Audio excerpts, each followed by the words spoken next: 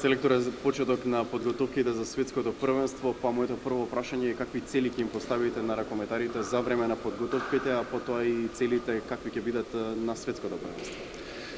Па видите, да, почеток на припреми за светското првенство. Имавме тешка работа да се пласираме на ова светско првенство. За прв пат имавме два баражи, имавме два успешни баражи против екстра квалитетни репрезентации, како што се Романија и Чешка, кои што вложуваат многу во ракометот. Успеавме во нашата цел.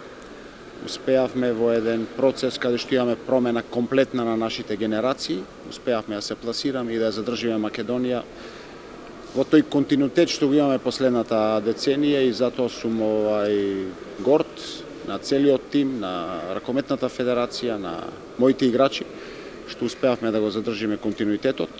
Ново светско првенство, нов предизвик, комплетно промена на генерации, доста подмладена репрезентација. Мислам дека имаме доста млада репрезентација, можам да кажам слободно и талентирана, можеби малце неискусна за вакви надпревари, за вакво надпреварување, затоа што квалификацијски надпревари се еден вид на надпревари, големи надпреварувања од типот на европско и светско првенство, турнирски систем е друг вид на надпреварување. Имаме доволно време да се припремиме. Ме радува што скоро комплетни, уште од почетокот ќе бидеме, ќе недостасува Николче Митровски, кој ќе дојде на 23, значи за 3 дена ќе се приклучи на репрезентацијата, и Филип Козмановски, кој што има обврски со неговиот Хановер, каде што Бундеслигата завршува на 27 декември, ќе ни се приклучи одма утрето на 28 декември. Изражи желба да се приклучи, сакав да му давам слободно, добре, меѓутоа изражи желба да дојде одма и да се приклучи, за да можеме да ги искористиме и тие 2 дена до 30 декември. Како што сами знаете, имаме многу тешка група, и тоа со аргументи тешка група. Не треба многу да се делат зборови за Норвешка.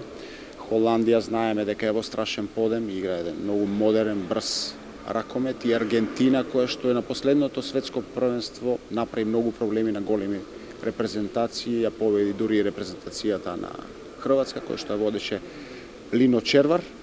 Ќе тргнеме скромно. Посакувам да останеме здрави до почетокот, сите во ваков состав до почетокот на светското првенство.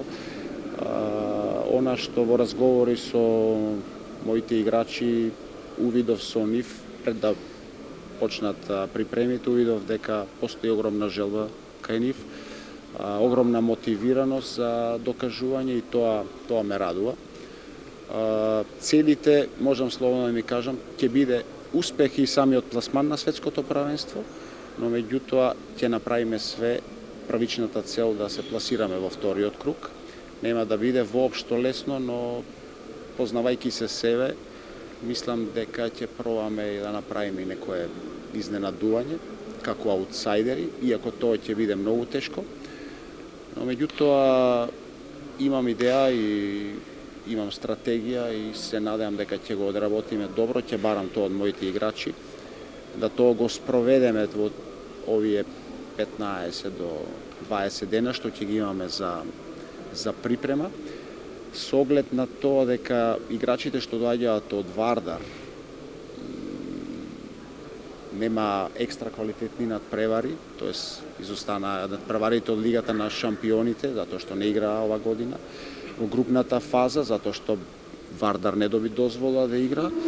Намерно во припремниот период уфрлив 4 квалитетни надпревари, затоа што мислам дека на нив они се навикнати во текот на годината, и мислам дека од една страна ќе ги имам свежи, неистрошени, а од друга страна мислам дека ќе им фалат квалитетни надпревари, и затоа одбравме квалитетни противници од типот на Црна Гора, од типот на Хрватска и Израел.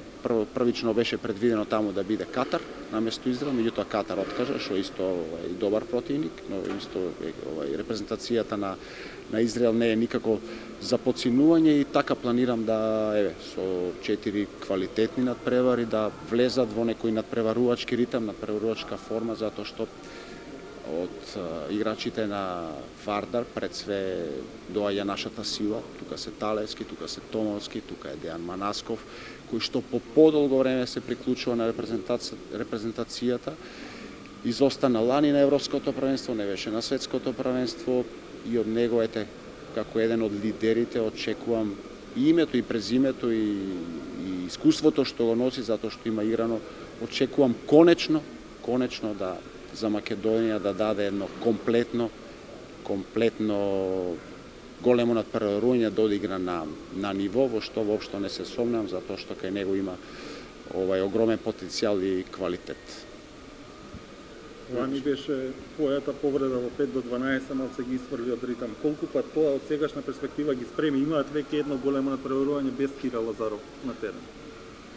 Па видите, лани имавме доста проблеми и мојата повреда во 5 до 12, како што рековте, имавме и ковид ситуација на главните играчи. Ние не сме земја каде што нас еден играч да ни фали и затоа сега кога давав излагање кажав да пред се да си посакаме здравје и да овие што почнуваме и да завршиме здрави овој пред почетокот на светското првенство. Имавме доста играчи кои што беа со ковид и то главни играчи Стоилов, Митревски, така натаму, Дејан Манасков не беше присутен. Мислам дека во текот на ова година овие помлади играчи и пред све Кузмановски и Талевски добија на самодоверба, затоа што ја можам слободно да кажам, јас Стоилов и Миркуловски помогнавме, меѓутоа во тие два баражи, меѓутоа и дадовме придонес толку колку што требаше, меѓутоа надпреварите ги извлекува помладите. Надпреварите и тоа е показател дека ние напреднавме од Европското првенство, овие два бараж надпревари, па и сега двата надпревари со Турција и со Луксембург без подценување на еден противник ги добивме доминантно. А во меѓувреме имавме и медитерански игри каде што за прв пат во историјата на Македонија и на ракометот на Македонија успеавме да се бориме за медаља.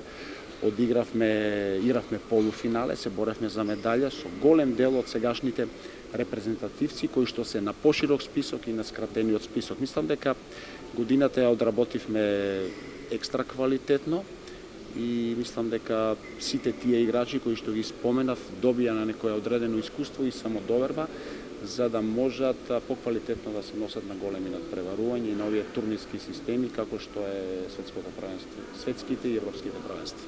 Ќе имат силни противници и еден ревијален надпревар што ќе биде интересен, можеби малку необичен, ама и тоа е дел од подготовките, не?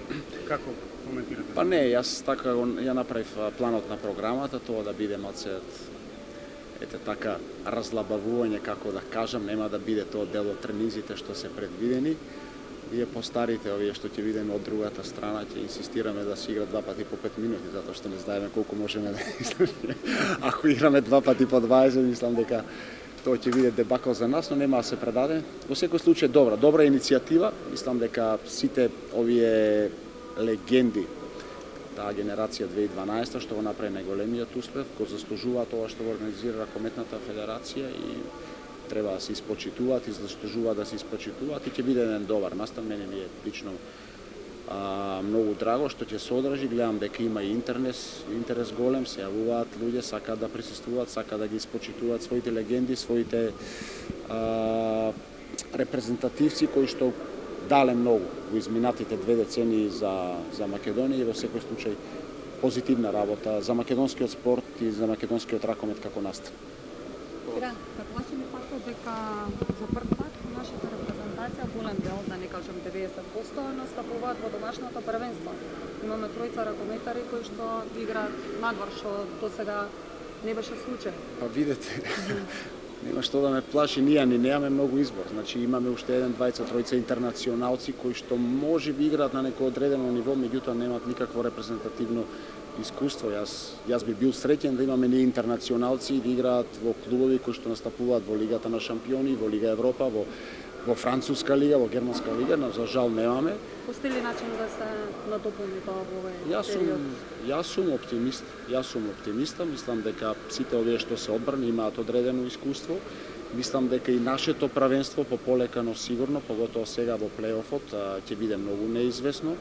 И мислам дека како поминува време дека овие играчи што играат, се збориме за играчите од македонското првенство, ќе добиваат на искуство затоа што нашата лига ќе биде изедначена. Секој надпревар ќе биде неизвесен до 60 минута без разлика, па дури надпреварите на Вардари, на Пелистер, мислам дека нема лесно да добијат никаде, а со тоа ние ќе ги добиеме овие, како што кажа самата 90% на презентици, да бидат уште поквалитетни. Знаете како, играчи се ствараат со квалитетни неизвестни надпревари, а ние моментално ги имаме и ќе ги имаме уште повеќе во нашето правенство. И тоа е добра работа. Мислам дека нашето правенство ќе биде доста гледано, не само во Македонија и тука на Балканот, и доста интересно, и за прв пат по подолго време ќе имаме екстра квалитетна лига со квалитетни екипи.